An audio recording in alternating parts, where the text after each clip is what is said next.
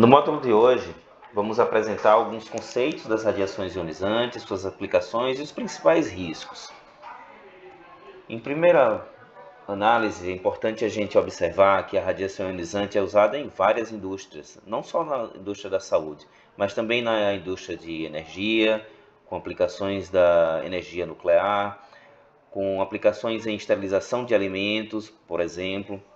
Então, a radiação ionizante aplicada à área médica, ela corresponde a um percentual de cerca de 12, 15% dessas aplicações das exposições ao qual os seres humanos estão submetidos.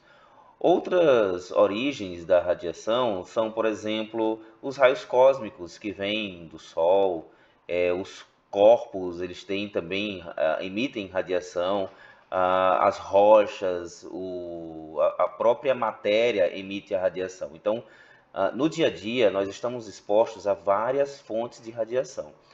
Então, a radiação ao qual estamos submetidos um exame de raio-x, de tomografia ou um exame de medicina nuclear, esse não é o único nível de radiação ao qual estamos submetidos, como vimos agora. Então, é importante que essa radiação médica ela seja controlada de tal modo que ela não ofereça um risco acima, um risco superior, ou que minimize os riscos naturais daquela exposição ao qual estamos submetidos naturalmente, pela emissão, por exemplo, de raios cósmicos ou dos próprios materiais que emitem radiação. Então, importante que a radiação médica, dessas aplicações, elas sejam justificadas, elas sejam aplicadas de tal modo que o risco ela seja muito inferior ao benefício de uma aplicação médica, como veremos a seguir. Então, especificamente na área médica, a radiação ionizante ela pode estar aplicada em três grandes áreas principais, que são elas a medicina nuclear, a radiologia e a radioterapia.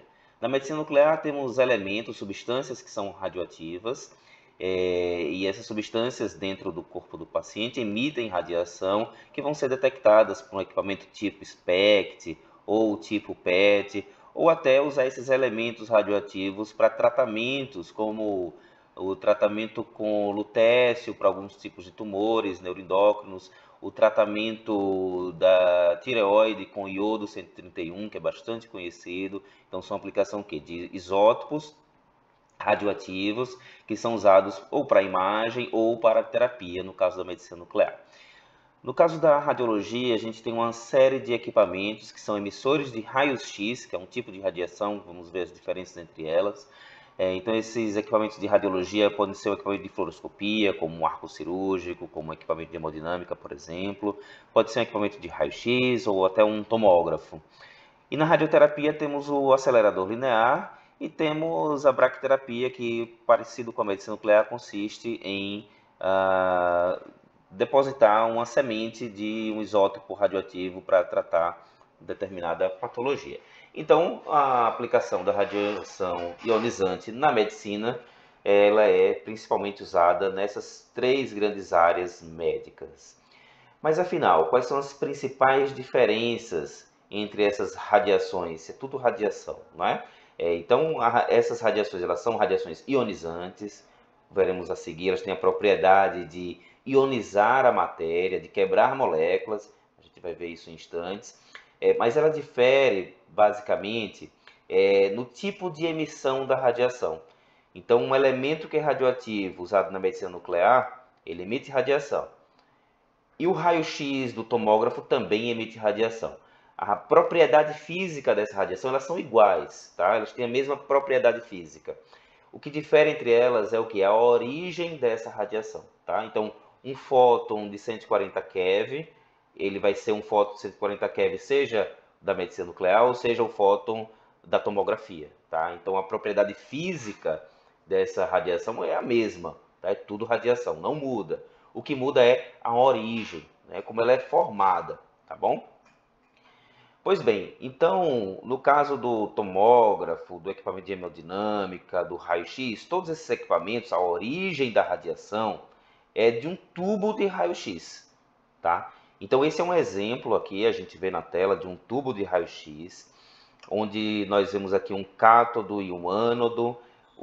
esse cátodo e esse ânodo, eles têm uma diferença potencial. Pense a diferença potencial como os pinos de uma tomada, tá? Então existe vácuo aqui dentro, e quando essa diferença de potencial é grande e eu faço passar uma corrente, né, uma nuvem eletrônica, eu gero a radiação. Eu não vou entrar muito em profundidade, porque a gente pode ver isso em um outro módulo.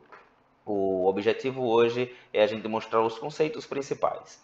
Então esse é um tubo de raio-x que faz correr um conjunto de elétrons nesse tubo a ser chocado no anteparo, aqui no caso o ânodo, né? Sai do cátodo, vai para o ânodo, e nesse choque dos elétrons com o ânodo ocorre a formação do raio-x. Então aqui é a origem da radiação ionizante em equipamentos de radiodiagnóstico. Equipamentos de radiodiagnóstico entendemos como o raio-x, o tomógrafo, o equipamento de hemodinâmica, etc.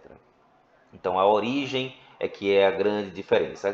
Essa ilustração fica mais interessante, que temos aqui na direita, né, um cátodo que passa uma corrente elétrica nesse cátodo, então gera aqui uma nuvem eletrônica, e do outro lado temos o ânodo. Então esses elétrons eles correm a partir do cátodo até o ânodo, e quando se chocam com o ânodo é formado o raio-x, onde vocês veem aqui nessa ilustração. O que acontece aqui?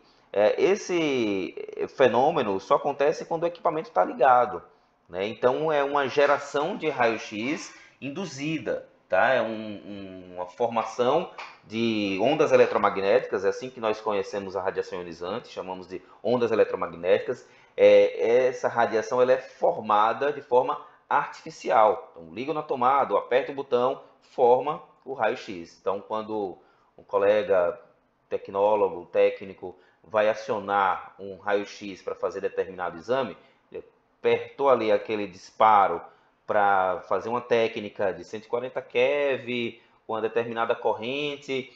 Quando ele aperta ali para fazer a técnica, é que gera o raio-x, né? Então, existe ali um efeito do operador, tá, para formar a radiação ionizante. Isso difere um pouco da radiação usada, por exemplo, numa braquiterapia, numa medicina nuclear, seja para tratamento, seja para diagnóstico. Por quê? Nesses casos, o que usamos é uma substância radioativa. Então, essa substância ela é formada por átomos, esses átomos têm elétrons, têm núcleos, e o que acontece aqui não é uma radiação que é formada pelo homem, né? Pelo operador. Então, a substância ela está constantemente emitindo essa radiação. Então, esse exemplo mostra bem um conjunto de átomos que, só por ele existir, tá, ele emite a radiação. Tá? Então, esse conjunto de átomos que vemos aqui, temos uma configuração atômica de nêutrons, elétrons, de prótons, e com isso a gente tem os seus isótopos. Por exemplo, o iodo. Existe o iodo do sal de cozinha, é o mesmo iodo do iodo radioativo. Quimicamente eles são iguais, mas fisicamente o iodo radioativo ele tem uma energia maior, ele é mais pesado. Então ele emite essa radiação, como está sendo ilustrado nessa figura. Então esse isótopo radioativo faz a emissão. Então é uma emissão radioativa que é natural. Eu não preciso estar com um equipamento, com uma substância ligada numa tomada, numa energia elétrica. Não preciso disso, né? A emissão aqui ocorre de forma natural. Muito bem, então no caso da medicina nuclear, esse radiofármaco, nesse isótopo radioativo está ligado a um radiofármaco, isso é injetado no paciente, dependendo do exame, e dependendo do exame tem uma série de configurações de fármacos com isótopos radioativos para fazer a imagem de determinado órgão ou sistema, e daí eu gero uma imagem e posso aí estudar diferentes órgãos e sistemas, tá bom? Muito bem, e qual a diferença da radiologia? No caso da radiologia, uma imagem anatômica. Então, um raio-x eu estou vendo a anatomia da determinada região. A tomografia também estou vendo a anatomia. Aqui, no caso da medicina nuclear, que usa-se substâncias radioativas, estou estudando a fisiologia desses órgãos, desses sistemas, que eu injeto uma substância, um isótopo radioativo que está ligado a uma molécula que vai ter uma determinada interação tá, com aquele órgão. A gente vai aprofundar um pouco mais sobre isso no módulo que trataremos de medicina nuclear.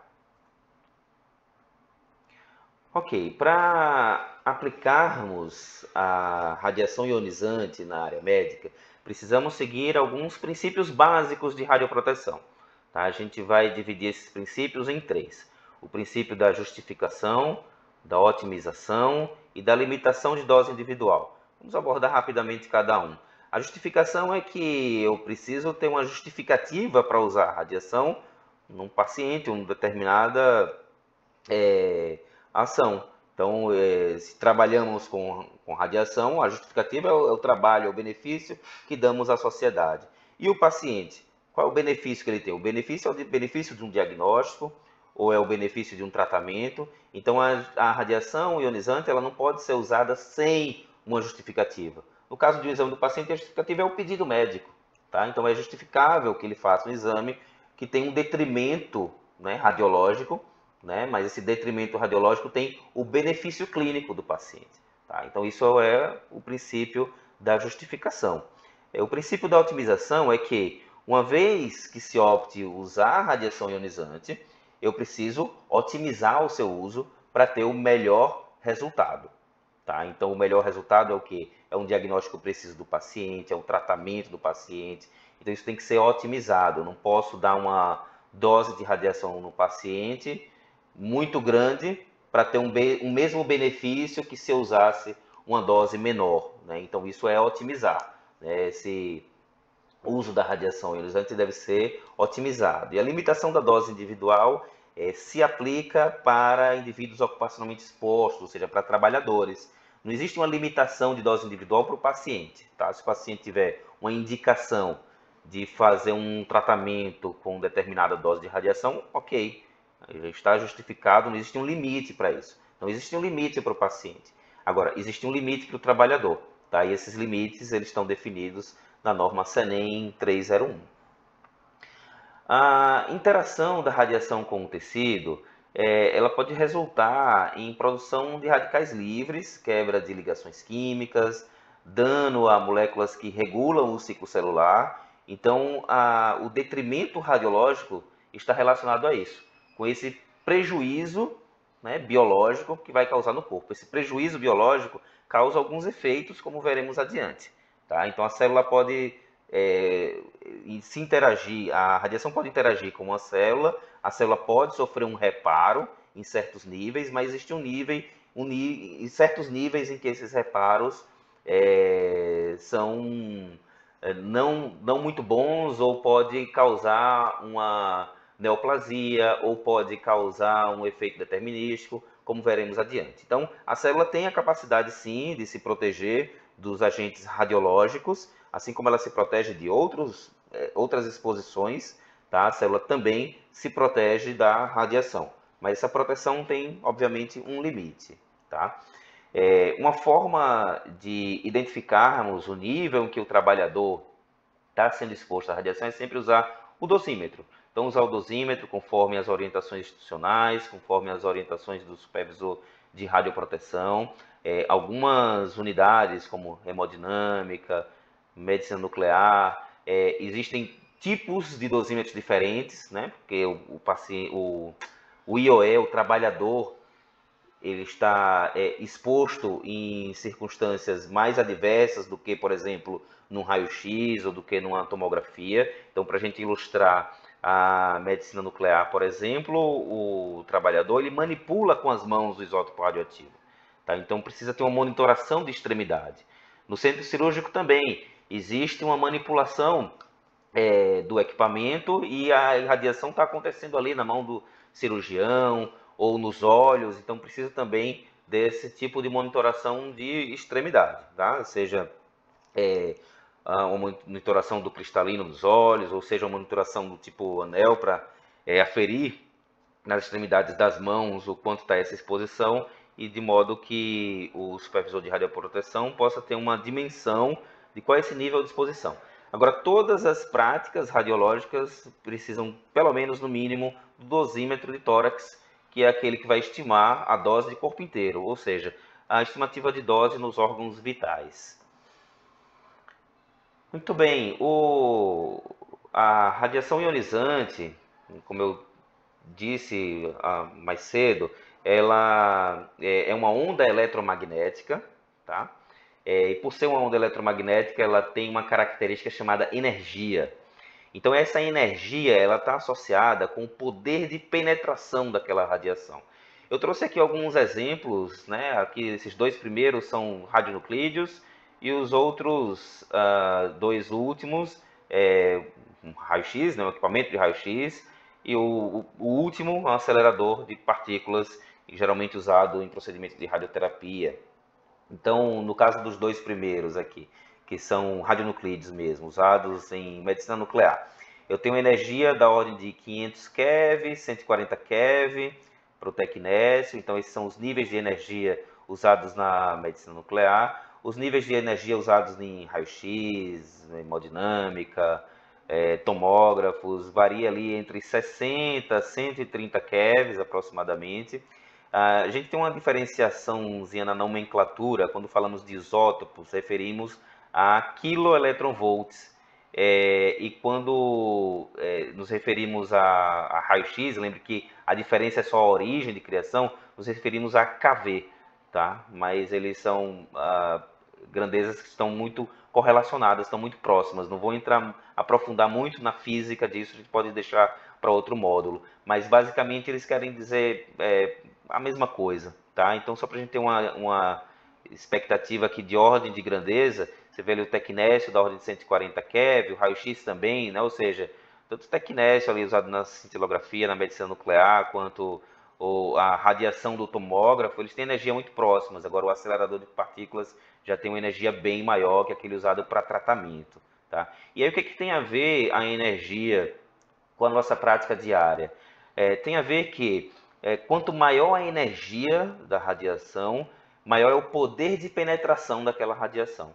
Então, a gente vai ver aí os nossos colegas tecnólogos, técnicos, quando preparam um exame, se o paciente é pediátrico ou se é um paciente mais obeso, ele vai usar uma energia maior no paciente mais obeso, porque precisa ter um poder de penetração maior. Então, a energia está associada com isso.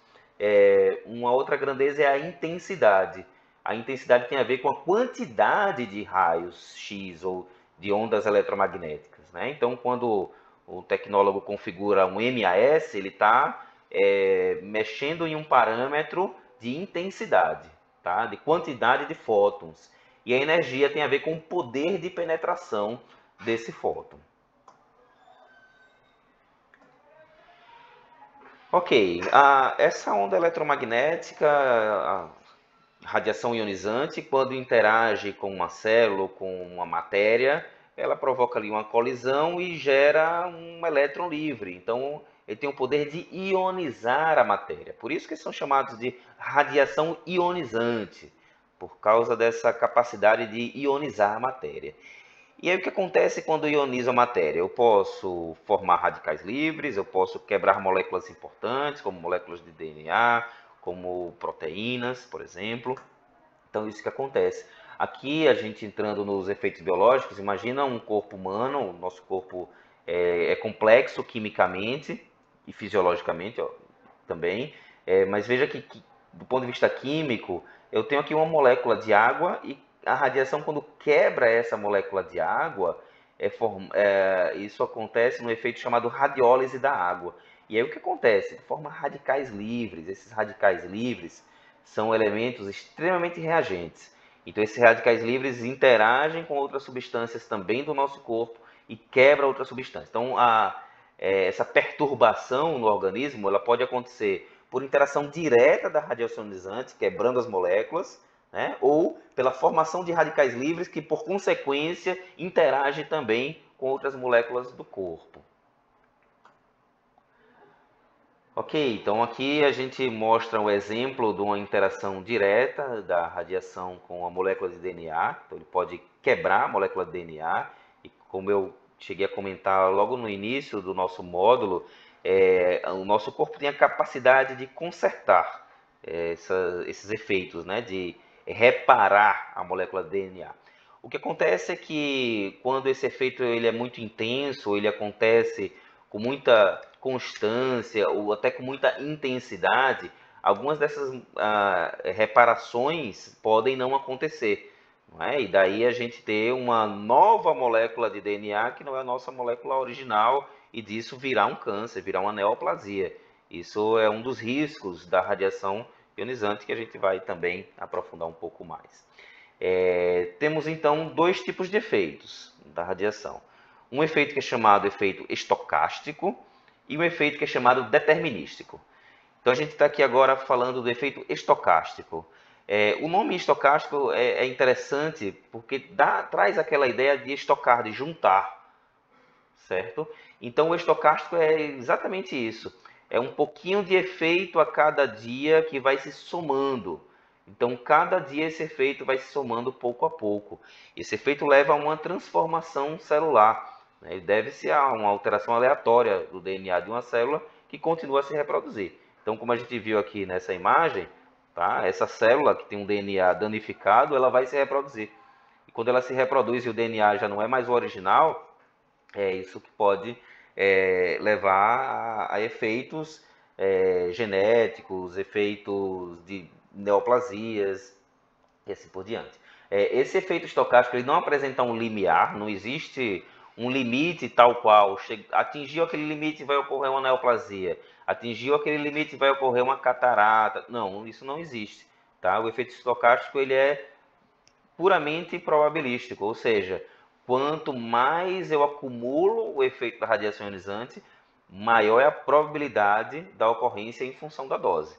Então, por exemplo, a gente está trabalhando na área de radiação ionizante há 20 anos. Então, ano a ano, esse risco tá, de desenvolver uma consequência pelo efeito deletério da radiação, esse risco aumenta. Não quer dizer que ele vai acontecer. Aliás, é muito baixo esse risco. É improvável que aconteça alguma coisa por estarmos trabalhando com a radiação. Tá? Então, o risco acontece, mas ele é muito baixo. Agora, o risco aumenta a cada ano, porque a cada ano vai se acumulando os efeitos estocásticos. Tá? Então, ele se manifesta em um longo intervalo de tempo. Os efeitos determinísticos, tá? Diferente dos estocásticos, eles levam à morte celular, né? E aqui neste caso existe sim um limiar de dose, existe um limite a partir do qual vai ocorrer a cegueira, vai ocorrer dano à medula óssea, tá? E assim por diante. Então existe um limiar de dose, os danos só ocorrem a partir de uma determinada dose. No caso aqui do efeito determinístico, ainda, a probabilidade de ocorrência também é função do aumento da dose. Então, quanto maior a dose, maior a chance de efeito determinístico. Apesar de existir um limiar, não é? Na ciência médica, não é uma ciência exata. Então, aquele limiar para um indivíduo, ele pode ser um pouco diferente, ou algum indivíduo pode suportar mais.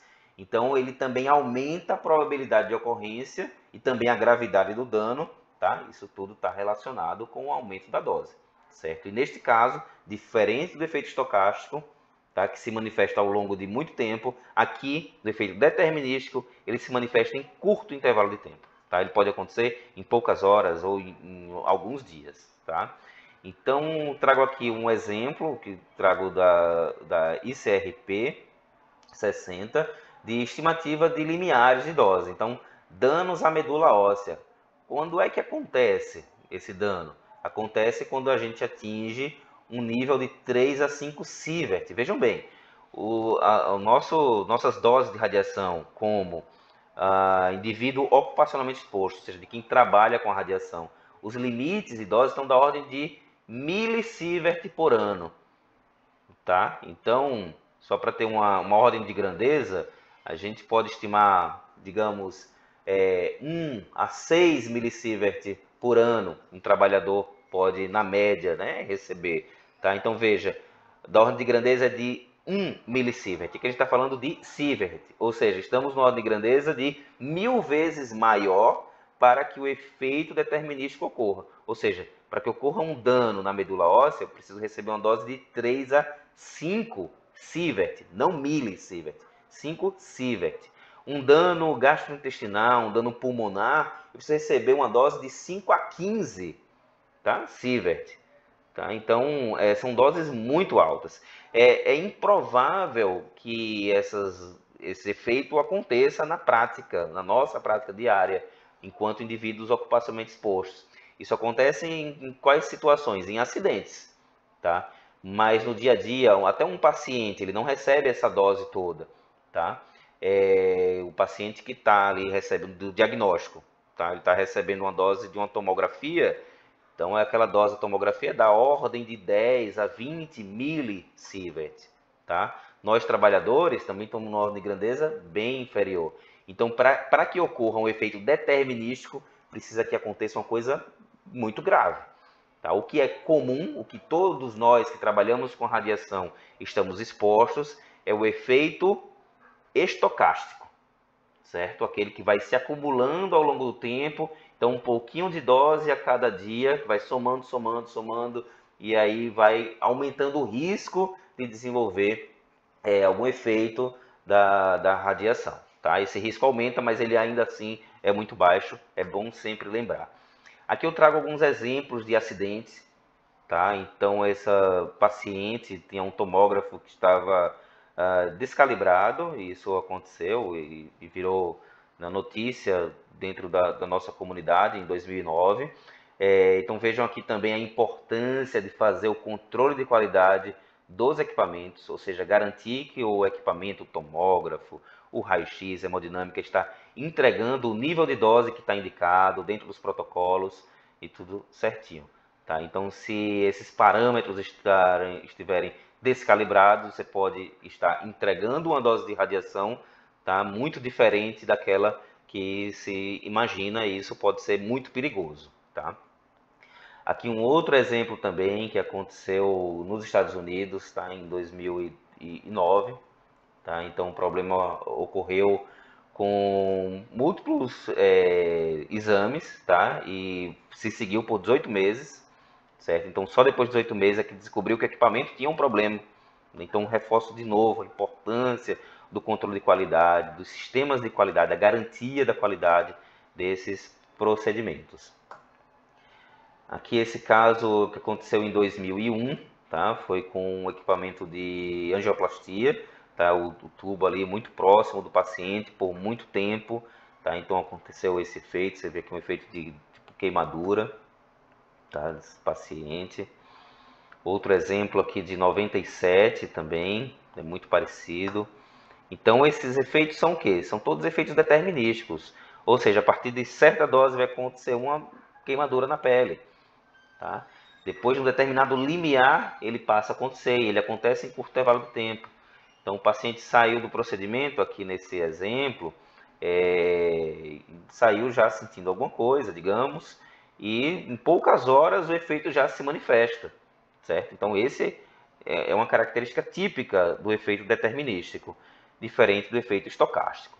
Então, o objetivo nosso com a radioproteção é prevenir a ocorrência de efeitos determinísticos, porque o efeito determinístico ele não é para acontecer nunca, tá? Porque se trabalharmos corretamente, com todos os protocolos, tudo da melhor forma possível, o efeito determinístico ele vai ser prevenido, tá? Claro que acidentes ocorrem e é importante que aprendamos com eles, tá? Mas são preveníveis. Agora, o efeito estocástico não tem como a gente prevenir, ou seja, está sempre exposto ao efeito estocástico, ele vai se acumulando ao longo do tempo. Tá? Então, o objetivo nosso é prevenir a ocorrência de efeitos determinísticos e reduzir a indução do efeito estocástico. Tá? Reduzir a indução, por que eu não digo prevenir? Porque ele vai acontecer, o efeito estocástico, ele vai se somando, vai se acumulando com o tempo. Agora, eu posso reduzir a indução dele como diminuindo a dose de radiação a qual os trabalhadores estão expostos. Então, lembrando que se o efeito da radiação ionizante ele é proporcional, ele aumenta com a dose, então se eu diminuo a dose, vai diminuir o risco de ocorrer uma neoplasia ou alguma consequência que origine da dose de radiação. Tá? Obviamente, isso tudo, né, fazendo isso sem limitar os benefícios criados pela aplicação das radiações ionizantes. Então, a gente tem um serviço de radioproteção algumas responsabilidades que é muito importante a gente definir os papéis. Então, a gente tem o papel do titular. Quem são os titulares? São os empregadores, são os superintendentes, os diretores, ou seja, é quem tem a responsabilidade jurídica pela prática médica que está sendo executado, né, num serviço que empregue radiação ionizante. Então, aqui no nosso hospital, o titular é o superintendente, né, tá? Ele tem a responsabilidade jurídica pela operação hospitalar, tá? Então, os titulares e empregadores, eles têm a responsabilidade de implantar, documentar um sistema de proteção radiológica, tá? Que esteja alinhado com a extensão e a natureza dos riscos que estão associadas com aquela prática. Porque lembrem, a prática de medicina nuclear existem determinados cuidados, a prática da hemodinâmica, outros cuidados. A prática da tomografia, do raio-x, já são outros cuidados. Então, esse plano de proteção radiológica, nós temos aqui um documento de proteção radiológica específico para a nossa instituição, para cada setor, para cada tipo de prática. Então, o titular tem a responsabilidade de garantir essa implementação e documentar, tá, esse sistema de proteção radiológica. Também determinar as medidas e os recursos necessários para garantir o cumprimento das diretrizes de proteção radiológica, assegurar que os recursos sejam fornecidos. Então, quando a gente fala de recursos fornecidos, é que os EPIs, equipamentos de proteção individual, né, estejam disponíveis para os trabalhadores, os controles de qualidade dos equipamentos, tá? Os recursos humanos em quantidades e especializações suficientes para a execução daquelas práticas, tá? Então, tudo isso é responsabilidade do titular, certo? No nosso hospital aqui, o titular é o superintendente, e que essas medidas sejam, obviamente, implementadas corretamente, né? Quem garante essa implementação correta são os assessores do titular, tá? São os tecnólogos, os físicos, os médicos, etc. Tá bom? Então, é responsabilidade dele também rever sempre se essas medidas, os recursos estão adequados, identificar qualquer falha, deficiência na sua aplicação, corrigir, evitar repetição e verificar regularmente se os objetivos de proteção radiológica estão sendo alcançados. Então, esses três componentes principais que nós listamos são responsabilidades dos titulares, dos empregadores. Também estabelecer mecanismos para facilitar a troca de informação e cooperação entre todas as partes. Então, a gente vê que a radioproteção ela tem uma característica muito multidisciplinar, né? A gente tem aqui, no meu caso, eu sou físico, os colegas tecnólogos, biomédicos, técnicos, colegas médicos. Então, facilitar essa intercomunicação, facilitar esse trabalho entre essas equipes é responsabilidade também do titular, tá? Manter os registros apropriados relativos ao cumprimento de suas responsabilidades. Então, os registros são as licenças, são os assentamentos de proteção radiológica, e também tomar as ações necessárias para assegurar que os indivíduos ocupacionalmente expostos estejam cientes de que sua segurança é parte integrante de um programa de proteção radiológica, no qual os IOS possuem obrigações também e responsabilidades também pela sua própria proteção, tá? O supervisor de proteção radiológica, ele tem a responsabilidade de assessorar e informar a direção, ou seja, no conhecimento especializado em proteção radiológica para transmitir a mensagem da maneira mais clara para os titulares e também para a equipe que opera diretamente com radiação. Então, ele tem essa responsabilidade de informar a direção sobre todos os assuntos relativos à proteção radiológica, zelar pelo cumprimento do plano de proteção radiológica, também planejar, coordenar, implementar e supervisionar as atividades do Serviço de Proteção Radiológica, de modo a garantir o cumprimento dos requisitos básicos de proteção radiológica. Então, o supervisor de radioproteção deve ser uma ponte, tá, entre a gestão e o operacional, certo? E ter essa capacidade de zelar pelo cumprimento do plano de proteção radiológica, porque é lá no plano de proteção radiológica o documento onde está descrito todos os aspectos de proteção radiológica.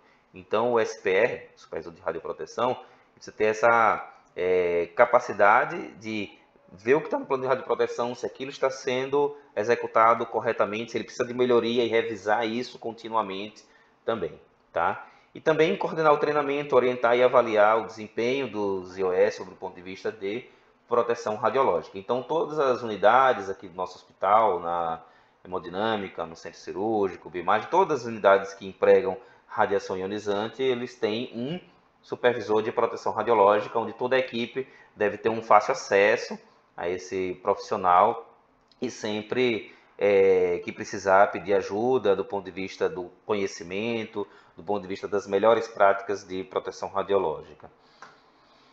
E os indivíduos ocupacionalmente expostos são todos os outros indivíduos, seja o médico, o tecnólogo, enfermagem, o técnico de enfermagem. Então, todos que estão expostos ocupacionalmente, ou seja, trabalhadores, né? Aqui não conta o paciente. Então, todos esses trabalhadores que estão ocupacionalmente expostos, eles têm também responsabilidades. Primeiro, seguir as regras específicas determinadas pelos titulares, fornecer aos titulares qualquer informação sobre o seu trabalho, incluindo o histórico de dose e qualquer outra informação que seja pertinente para assegurar a sua proteção e a proteção de terceiros, tá? Então, é responsabilidade também, né, do IOE monitorar e avaliar o sistema de proteção radiológica e ter uma interação sempre direta com o médico e com o supervisor de proteção radiológica. Fornecer também ao titular informação de ter sido ou está sendo submetido a tratamento médico ou diagnóstico que utilize radiação ionizante, tá? Então é importante que o SPR, principalmente, ele já tenha informação sobre isso, porque isso pode limitar ou não o nível de dose que ele está submetido, ao qual ele está exposto ocupacionalmente, né? Então, isso é um outro aspecto bastante importante. E também abster-se de quaisquer ações intencionais que possam colocá-los ou colocar terceiros em situações que contrariem os requisitos das normas de proteção radiológica.